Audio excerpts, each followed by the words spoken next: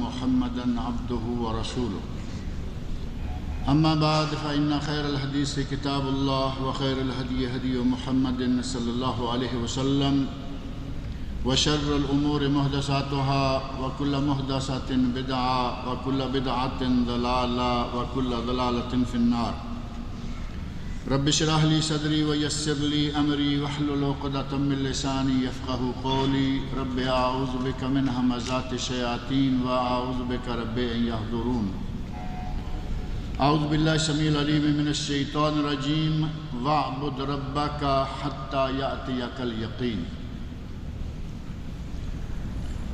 اللہ رب العزت کے ہم لوگوں پر بے شمار احسانات ہیں، اور اس کے ان احسانات و انعامات میں سے ہی ایک عظیم احسان یہ ہے کہ اس نے ہمارے لیے سال کے مختلف مواقع کو نیکیاں اور اجر و ثواب جمع کرنے کے سیزن بنایا ہے۔ اس سلسلے کا ایک بہت بڑا سیزن ابھی حال ہی میں گزرا ہے، جو کہ ماہ رمضان المبارک تھا۔ رمضان کا مہینہ جو کہ قرآن کریم کے نزول کا مہینہ ہے، اس مہینے کی عبادات کا اجر و ثواب اللہ رب العزت نے بہت ہی زیادہ رکھا ہے۔ اور ماہ رمضان میں ہمارے بھائیوں نے، مسلمان مرد و زن نے بڑے جوش و جذبہ، بڑی ہمت، بڑی لگن اور بڑے شوق کے ساتھ عبادت سر انجام دی۔ دن کو روزے رکھے، راتوں کو قیام کیا، نماز تراویح ادا کی، قرآن کریم کی تلاوت کی، ذکر و فکر میں مشغول رہے۔ لیکن ہمارا المیہ یہ ہے کہ جیسے ہی ماہ رمضان گزر جاتا ہے، ہم سمجھتے ہیں کہ عبادت کا موسم اب گزر گیا ہے، عبادت کا وقت ختم ہو گیا۔ حالانکہ مسلمان کے لیے عبادت کا وقت اس کی زندگی کی آخری رمق تک باقی رہتا ہے۔ سورۃ الحجر آخری آیت نمبر 99 اس میں اللہ رب العزت نے ارشاد فرمایا ہے وَاعْبُدْ رَبَّكَ حَتَّى يَأْتِيَكَ الْيَقِينُ، اپنے رب کی عبادت کرو جب تک کہ تمہیں موت نہ آ جائے۔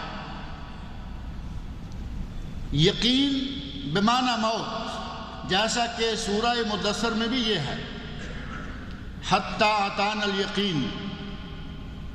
اہل جنت جہنم والوں سے پوچھیں گے ما سلککم فی سقر، تمہیں جہنم میں کون سی چیز لے گئی؟ تو وہ کہیں گے لم نک من المصلین، ہم نمازیں نہیں پڑھا کرتے تھے، ہم صدقہ نہیں دیا کرتے تھے، ہم نیک کام نہیں کیا کرتے تھے، وَكُنَّا نُكَذِّبُ بِيَوْمِ الدِّينِ، اور ہم قیامت کے دن کا انکار کیا کرتے تھے، حَتَّى أَتَانَا الْيَقِينُ، اور ہماری یہ حالت اس وقت تک رہی جب تک کہ ہمیں موت نہیں آ گئی۔ موت آنے تک توبہ نصیب نہیں ہوئی، ہم قیامت کے دن کو جھٹلاتے رہے، نمازیں نہیں پڑھتے تھے، صدقہ و خیرات نہیں کیا کرتے تھے، حتی اتانا الیقین، جب تک کہ ہمیں موت نہیں آ گئی۔ قرآن کریم سورہ مدثر اور قرآن کریم سورۃ الحجر دو مقام پر یہ لفظ اللہ رب العزت نے موت کے معنی میں استعمال فرمایا ہے۔ تو گویا اللہ رب العزت نے ہمیں یہ حکم دیا ہے وَاعْبُدْ رَبَّكَ حَتَّى يَأْتِيَكَ الْيَقِينُ، جب تک موت نہ آ جائے عبادت کا سلسلہ مسلسل جاری رہنا چاہیے۔ رمضان کے 29 اور کبھی 30 دن یہ ہمارے لیے عبادت کا بہت بڑا موسم ہے، لیکن کیا رمضان کے گزرتے ہی ہمیں ساری چیزیں بھول جانی چاہیے؟ وَاعْبُدْ رَبَّكَ حَتَّى يَأْتِيَكَ الْيَقِينُ یاد نہیں رہا؟ روزہ رکھنا دوبارہ ہم نے کبھی گوارا نہیں کیا کہ بس روزے پورے ہو گئے، رمضان گزر گیا، روزوں کا موسم گزر گیا۔ نہیں، نبی اکرم صلی اللہ علیہ وسلم نے صحیح مسلم اور حدیث کی دیگر کتابوں میں نبی صلی اللہ علیہ وسلم نے فرمایا ہے من صام رمضان ثم اتبعہ ستا من شوال کانا کصیام الدہر، جو شخص رمضان کے روزے رکھے اور رمضان کے بعد شوال میں 6 روزے بھی رکھ لے، کانا کصیام الدہر، تو وہ ایسے ہو جائے گا جیسا کہ ہمیشہ کا روزے دار ہے۔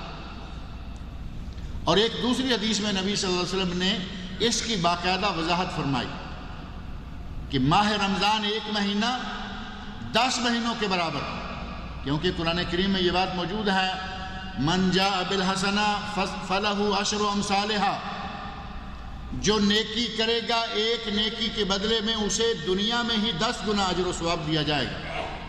1 مہینے کا ثواب 10 مہینوں کے برابر، اور 6 دن کا ثواب 60 دنوں کے برابر، یعنی 2 مہینوں کے برابر۔ 10 مہینے اور 2 مہینے 12 مہینے۔ اور سورہ توبہ میں اللہ رب العزت نے ارشاد فرمایا ہے، ان عدت الشہور عند اللہ 12 شہرا، اللہ کے نزدیک مہینوں کی تعداد 12 ہے۔ تو گویا رمضان 10 گنا ثواب 10 مہینے، یہ شوال کے 6 روزے 10 گنا ثواب 60 دن 2 مہینے، 10 اور 2 12۔ سورہ توبہ میں اللہ نے فرمایا کہ ہمارے نزدیک سال کی مدت صرف 12 مہینے، اور یہ اسلامی کیلنڈر اللہ رب العزت نے کب بنا دیا؟ یوم خلق السماوات والارض، اسی آیت میں فرمایا کہ جب اللہ نے زمین و آسمان بنائے تھے اسی وقت اللہ کے یہاں مہینوں کی تعداد 12، منہا اربعۃ حرم، ان میں سے 4 مہینے حرمت والے ہیں، اور حرمت والے مہینوں میں اجر و ثواب، عمل کا اجر و ثواب بڑھتا چلا جاتا ہے۔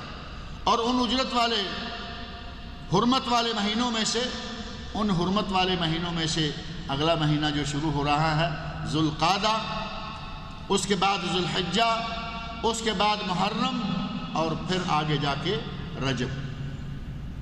یہ 4 مہینے بھی نیکی جمع کرنے، نیکیاں کمانے کے سیزن ہیں۔ رمضان المبارک گزر گیا، ہم نے سمجھا کہ روزوں کا موسم گزر گیا۔ روزوں کا موسم رمضان المبارک کے ساتھ ہی نہیں، رمضان کے روزے فرض ہیں۔ اگر کوئی ایک روزہ بھی چھوڑ دے تو نبی اکرم صلی اللہ علیہ وسلم فرماتے ہیں کہ ساری عمر بھی کوئی روزہ رکھتا رہے اس کی کمی پوری نہیں کر پائے گا۔ وَإِنْ صَامَهُ، اول تو یہ کہ پوری عمر کوئی روزہ رکھ نہیں پاتا، لیکن اگر کوئی رکھ بھی لے تو ایک روزہ جو رمضان کا چھوٹ گیا اس کی کمی کبھی پوری نہیں ہو پائے گی۔ رمضان کے روزوں میں ہم سے کمیاں کوتاہیاں ہو جاتی ہیں، ان کمیوں کوتاہیوں کو دور کرنے کے لیے نبی صلی اللہ علیہ وسلم نے ہمارے لیے زکوٰۃ الفطر جو ہے وہ فرض فرمائی، فطرانہ زکوٰۃ الفطر یا فطرہ، تاکہ روزے کے دوران جو ہم سے کوتاہیاں ہوئیں، روزے کے دوران جو زبان سے غیبت نکل گئی، کسی کے خلاف کبھی کوئی گالی نکل گئی یا کوئی ایسا جھوٹ نکل گیا، اللہ رب العزت ہماری زکوٰۃ الفطر کی وجہ سے ان کمیوں کوتاہیوں کو معاف کر دیتا ہے۔ اور ساتھ ہی رمضان کے فرض روزوں کی کمیوں کوتاہیوں کو دور کرنے کا ایک ذریعہ یہ 6 روزے ہیں، شوال کے 6 روزے۔ اسی طرح نبی اکرم صلی اللہ علیہ وسلم ہر ہفتے میں 2 روزے رکھا کرتے تھے، معروف روزے ہیں، یوم الاثنین اور یوم الخمیس، ایک پیر کا روزہ، سوموار کا روزہ، اور دوسرا جمعرات کا روزہ۔ نبی اکرم صلی اللہ علیہ وسلم ہر ہفتے میں یہ 2 روزے بھی رکھا کرتے تھے۔ اور 3 روزے بڑے معروف ہیں جو کہ ایام البیض، ایام البیض روشن دن تو سارے ہی روشن ہوتے ہیں، دراصل وہ راتیں روشن ہوتی ہیں، ان راتوں میں چاند مکمل ہوتا ہے، 13، 14 اور 15۔ چاند کی یہ 3 تاریخیں، چاند کے مہینے کی یہ 3 راتیں مکمل روشن ہوتی ہیں، 13، 14 اور 15۔ 14ویں کا چاند تو معلوم ہے نا، بدر، 14ویں کا چاند پوری رات روشن، اور اسی طرح ہی 13 اور 15 بھی یہ 3 راتیں روشن ہوتی ہیں۔ ان کا نام رکھا گیا ایام بیض، روشن دنوں کے روزے جبکہ اصلاً ہے یہ روشن راتوں کے روزے۔ یہ 3 روزے بھی نبی اکرم صلی اللہ علیہ وسلم رکھا کرتے تھے۔ ہمیں نیکیاں جمع کرنے کے لیے اللہ تعالیٰ نے بے شمار طریقے بتائے، انہی میں سے ایک یہ ہے، اگر کوئی ہر مہینے میں یہ 3 روزے رکھ لیتا ہے تو دیکھو پھر پوری عمر کا روزے دار ہو گیا۔ 3 روزے اگر ہر مہینے میں رکھتا رہے تو یہ شخص بھی ساری عمر کا روزے دار، کیونکہ 3 روزے نیکی کا ثواب 10 گنا، 3 روزوں کا ثواب کتنا ہو گیا؟ 30 دنوں کے برابر، اور مہینہ 30 ہی دنوں کا ہوتا ہے اسلامی مہینہ۔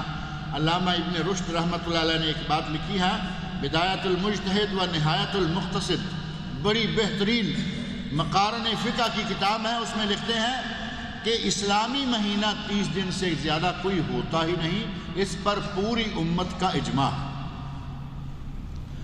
اور ہمارے مہینے جو ہم نے اختیار کر رکھے ہیں، جنوری، فروری، کبھی 30 کا، کبھی 31 کا، اور کبھی 28 کا، کبھی 29 کا، 28، 29، 30 اور 31، یہ مہینے انگلش کیلنڈر، عیسائی کیلنڈر، اور ایک ہمارا پنجابی کیلنڈر بھی ہے جس میں بساکھ، چیت، پوہ یہ مہینے ہیں، ان میں ایک مہینہ 32 دنوں کا بھی ہوتا ہے۔ پنجابیوں نے کسر نکال دی، 32 دنوں کا بھی ایک مہینہ رکھ دیا، لیکن اسلامی مہینہ صرف 30 دن۔ نبی اکرم صلی اللہ علیہ وسلم نے ارشاد فرمایا، نحن امت امیہ، ہم تو ان پڑھ لوگ ہیں۔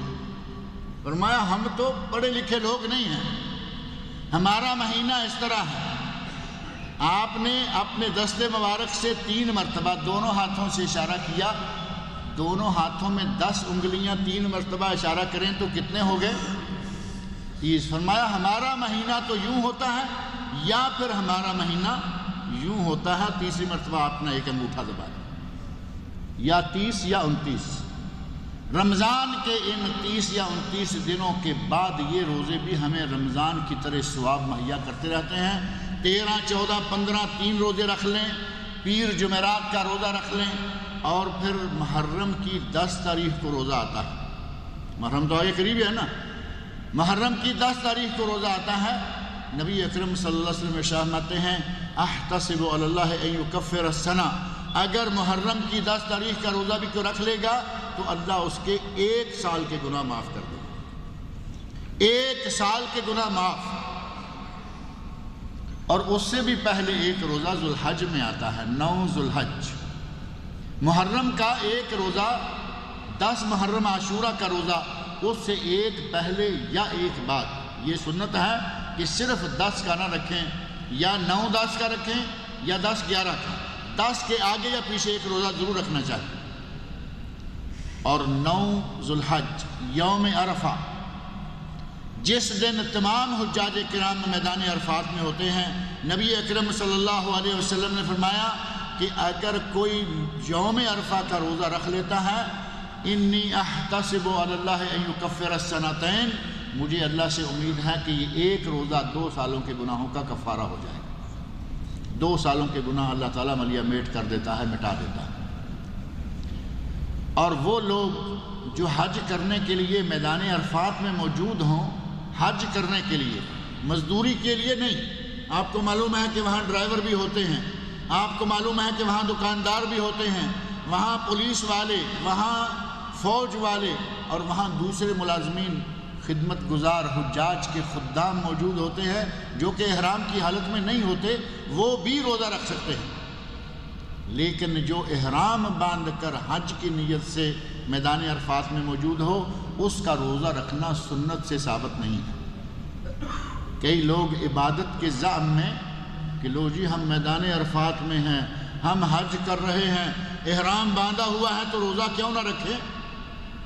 نبی اکرم صلی اللہ علیہ وسلم میدان عرفات میں موجود ہیں، ذکر و اذکار میں مصروف ہیں، اپنی اونٹنی پر سوار ہیں، اور جبل رحمت کے بالکل قریب آپ نے اپنی اونٹنی کو وہاں کے پتھروں کے اوپر کھڑے کیا ہوا ہے، قبلہ شریف کی طرف منہ ہے، دعائیں مانگ رہے ہیں، آپ نے ہاتھ اٹھائے ہوئے، اور آپ کی بغلوں تک نظر آ رہی ہیں، بغلیں نظر آ رہی ہیں، اتنے ہاتھ اٹھائے ہوئے ہیں، دعائیں مانگ رہے ہیں، صحابہ کرام میں یہ بات آئی کہ شاید نبی اکرم صلی اللہ علیہ وسلم روزہ رکھے ہوئے ہیں۔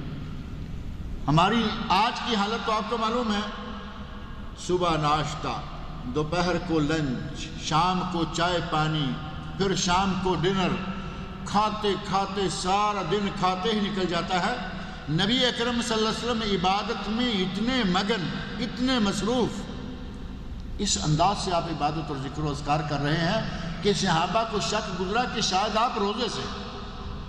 ہمارے جیسی حالت ہوتی تو ہم پہ کسی کو شک نہیں گزرتا کہ یہ روزہ رکھے ہوئے ہیں۔ کیلے، مالٹے، چائے، کافی، یہ وہ کھانے اور پانی اور شربت، ہر وقت جوس، کچھ نہ کچھ چل رہا ہوتا ہے۔ نبی اکرم صلی اللہ علیہ وسلم نے اس دن کو اتنا مصروف عبادت دن گزارا کہ لوگوں کو شک ہونے لگا کہ شاید آپ روزہ رکھے ہوئے ہیں۔ بلا